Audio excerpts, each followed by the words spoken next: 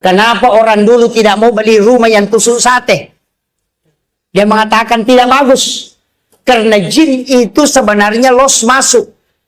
Karena jin itu juga lewat jalan. Kalau dia lewat jalan, maka tembus ke dalam rumah. Makanya orang situ mudah kena penyakit. Bukan karena sial, tapi karena dia tidak membaca doa tolak penyakit dan tolak jin ketika tinggal di tempat itu. Karena doa tidak bisa kita kontrol betul, maka lebih baik menyelamatkan diri. Jangan pilih rumah seperti itu. Itulah kata orang tua. Tapi kalau kita punya, gampang Pak, baca itu tadi setiap masuk ke dalam rumah. Assalamualaikum warahmatullahi wabarakatuh. Assalamu alayna wa ala ibadillahi sholihin. Insya Allah selamat tinggal di dalam rumah itu. Karena itu doa yang diajarkan oleh Rasulullah SAW. Tidak usah khawatir. Orang tua kita itu dulu punya senjatanya. Ulama-ulama kita itu punya senjatanya. Karena tidak ada penyakit menular. Tidak ada. Kalau ada mengatakan penyakit menular, tidak ada.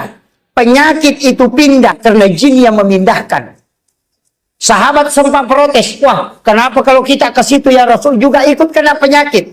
Nabi mengatakan, kalau kau katakan ada penyakit menular, yang pertama kena penyakit siapa yang menulari?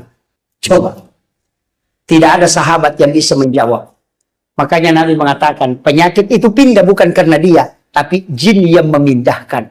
Maka doa tolak penyakit setiap maghrib itu kan kita baca. 2 ayat terakhir Quran suratul Baqarah. Kenapa? Supaya tidak terkena penyakit, tidak terkena kiriman, gangguan jin itu tidak. Kan itu kuncinya. Tapi kalau masih gangguan, maka baca basmalah setiap ujung jari 21 kali. 10 di tangan, 10 di kaki, 1 di pusat. Kalau masih diganggu, baca ayat kursi. Kalau ayat kursi tidak mempan, masukkan jari telunjuk di langit-langit, tulis namanya Khalifah Umar bin Khattab di badan. Itu jin tidak akan mengganggu sampai pagi.